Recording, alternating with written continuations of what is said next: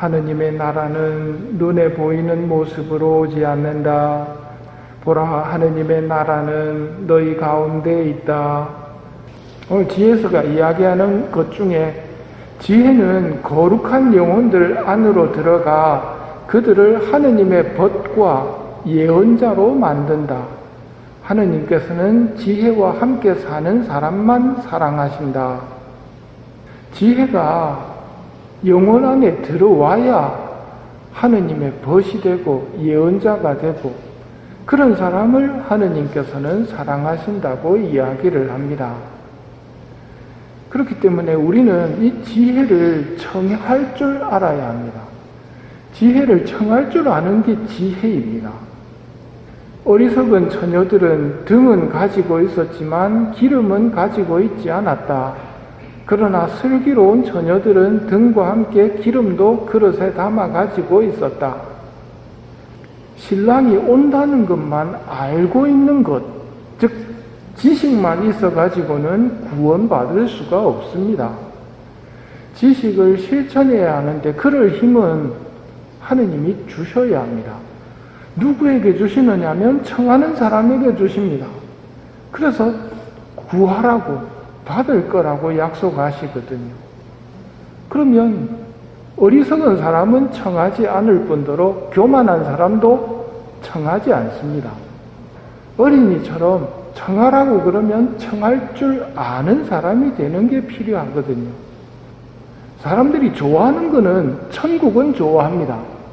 즉 하느님 나라는 좋지만 하느님은 별로다 라고 생각하는 문제가 오늘날의 문제입니다. 하느님이 어떤 분인지 모르기 때문에 그런 잘못된 생각을 하는 겁니다.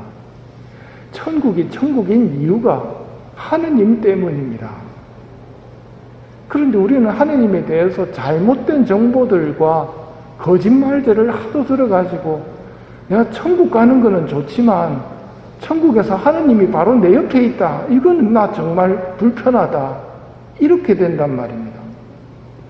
잘못 알고 있다는 것을 깨닫는 지혜를 청하십시오. 하느님을 알고 싶다면 어떻게 하면 될까요?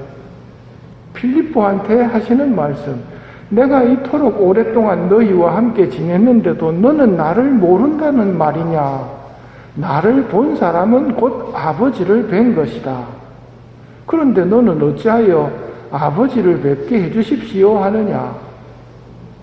아버지를 뵙고 싶은 사람은 예수님을 보면 됩니다. 예수님의 모습이 아버지를 보여주고 있는 겁니다. 여기에서 깊이 좀 생각해 봐야 됩니다. 즉 묵상을 해야 됩니다. 왜 우리가 성경을 읽습니까? 예수님의 모습을 보기 위해서입니다. 그 예수님의 모습을 보면서 이분의 마음이 어떤 마음인지를 깨달아 알 때 비로소 하늘나라가 시작되는 겁니다. 하느님을 모르면 하늘나라는 없습니다. 하느님을 알면 하늘나라는 자연히 시작됩니다. 오늘 예수님에게 하늘나라가 언제 옵니까? 라고 여쭈었을 때 대답을 안 하시는 이유는 하늘나라가 언제 오는가? 이거는 말로서 설명이 안 되는 겁니다. 하느님이 언제 내 안에 오시는가 하고 똑같은 문제거든요. 우리가 해야 할 일은 그래서 있는 그대로의 예수님의 모습을 보고 자꾸 되새기는 겁니다. 그분의 말씀을 묵상하고 바라보고 하는 이유가 예수님을 알아야 하느님을 알고 하느님을 알아야 하느님 나라를 알고 그래서 하늘나라에 대한 희망으로 살아갈 수 있기 때문이거든요. 소설책 읽듯이 성경의 내용은 한두 번만 읽으면 다 압니다. 그래가지고는 내용을 알 뿐이지 예수님을 알지를 못합니다. 십자가상에서 돌아가셨다. 그거 모르는 사람은 없습니다. 하지만 저 마음을 읽어볼 줄 알아야 한다는 말입니다. 그 예수님을 우리가 왜 봅니까? 보면서 알고 싶습니다 하고 기도하면서 봐야 됩니다. 그래야 하느님을 알 수 있기 때문이고 하느님을 알아야 하느님 나라에 대한 희망으로 이 세상의 어려움을 이겨낼 수 있단 말입니다. 그럴 때 하늘나라는 너희 가운데 있다는 말씀이 완성된다는 말입니다. 그럼 지금 내 신앙이 제대로 되는지 잘못되고 있는지 알 수 있는 방법은 아침, 저녁 기도, 식사, 저녁 기도, 삼종 기도가 의무라는 건 아시지요? 의무 기도들 여러분 하고 계십니까? 어떤 마음으로 하십니까? 하기 싫은 숙제하듯이 하고 계시다면 아직은 하느님을 잘 모르는 겁니다. 이건 하지 마라 그래도 내 할 거야 하는 게 순교자들의 삶이었거든요. 감옥에서도 기도는 하신단 말입니다. 하느님을 알기 때문입니다. 하느님과 함께 있는 게 좋기 때문입니다. 기도하는 순간 하느님과 같이 있는 겁니다. 하늘나라가 시작되는 거죠. 하느님 나라와 하느님은 별개의 것이 아닙니다. 하느님의 선하신 만큼 하느님 나라가 좋은 나라입니다. 그럼 하느님이 얼마만큼 좋은 분인가? 예수님을 알아야 되고, 예수님을 알려면 복음을 읽고 묵상하셔야 된다는 말입니다. 그러면 오늘 마르티노 성인이 사셨던 것처럼 하느님을 위해서 나는 올인할 거야로 바뀝니다. 군인이셨거든요. 하지만 당신이 망토를 절반 잘라서 거린에게 덮어줬는데 그 꿈에 그 거린이 내가 줬던 망토, 잘라진 망토를 입고 나타나서 하시는 말씀이 예비신자였던 마르티노가 나에게 이 옷을 입혀주었다는 꿈을 꾸고는 하느님을 섬기겠다고 결심하고 군인을 그만두고 수도 생활을 시작하고 사제가 되고 주교님이 됩니다.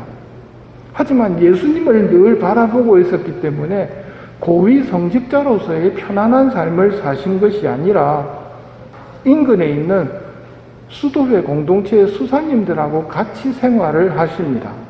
그리고 본당 방문도 걸어서 모든 본당들을 방문하십니다.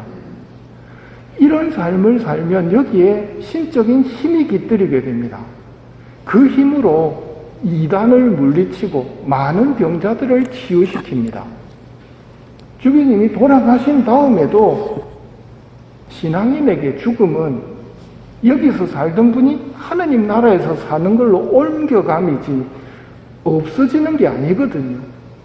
돌아가신 마르티노 주교님이 살아생전에도 치유를 해주셨다면 돌아가신 다음에도 치유해 주실 거야 하고 무덤으로 순례를 많이 옵니다. 그 자리에서, 즉 무덤에서 치유가 많이 일어납니다. 뭘 말하는 겁니까? 사람은 죽는다고 끝나는 게 아니란 말입니다. 여전히 살아계시고 하느님 곁에 계시다는 것을 보여주시는 거거든요. 그걸 통해서 또 한 가지 드러나는 것은 예수님의 선하심입니다. 힘없고 가난한 사람들의 치유를 무덤 순례를 하면서 치유가 일어나도록 육체적인 치유뿐만 아니라 무덤 순례를 하면서 영적인 치유, 즉 하늘나라에 대한 희망도 더욱 생생하게 만드는 영육 간의 건강을 주시도록 예수님께서 이렇게 배치를 하셨다는 말입니다. 말을 정리하겠습니다. 이걸 알아듣고 지혜로운 사람은 성경을 이제 허투루 읽지 않습니다. 예수님을 바라보기 위해서 읽습니다. 예수님의 말씀을 새기기 위해서 읽습니다. 기도 마지못해 숙제하듯이 하는 것이 아니라 하느님께 말씀드리듯이 하는 것이고 그 기도 시간을 기다릴 뿐더러 기도 시간이 아니라 하더라도 하늘과 연결되어 있으려고 합니다. 왜냐하면 그렇게 할 때 하느님 나라가 이미 우리 가운데 있기 때문입니다. 하늘나라가 언제 오느냐는 말씀에 예수님께서는 눈에 보이는 것으로 오지 않는다고 말씀을 하십니다. 나는 하늘나라에 대해서 어떻게 알고 있는가?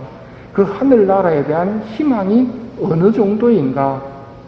연옥 영혼들에게 기도하면서 또 마르티노 주교님에게 기도하면서 나에게 망덕을 더해 주시기를 청하도록 합시다.